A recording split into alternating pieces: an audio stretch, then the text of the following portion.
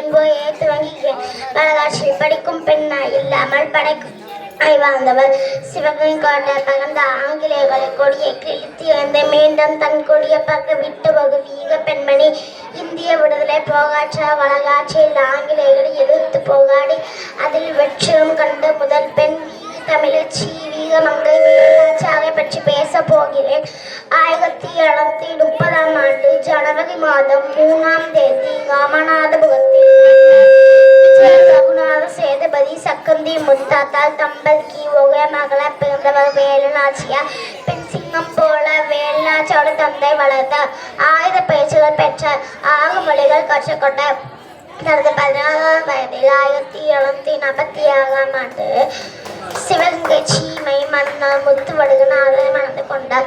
1772ஆம் ஆண்டு ஆற்காட்டு நவாப் ஐரோப்பியிடம் படையெடுப்பார். தனது கணவர் இழந்த வேலுநாச்சியார்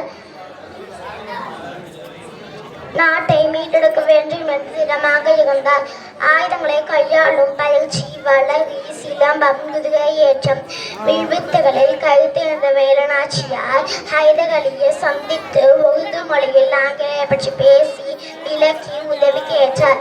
7 ஆண்டுகள் காலம் திண்டுக்கல் கோட்டை, விருப்பாச்சி கோட்டை, ஐயம்பாளையம் கோட்டை என இடம் மாறி மாறி வாழ்ந்து வந்தனர்.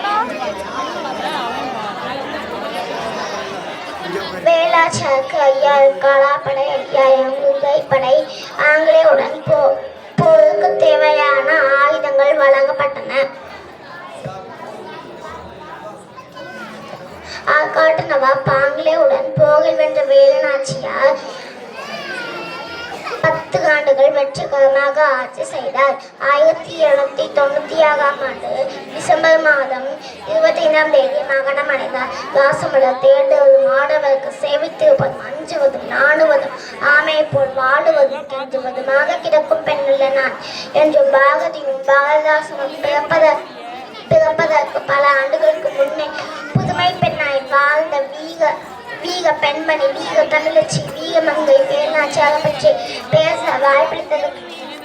வாய்ப்பளித்ததற்கு நன்றி கூறி விடைபெறுகிறேன். நன்றி, வணக்கம்.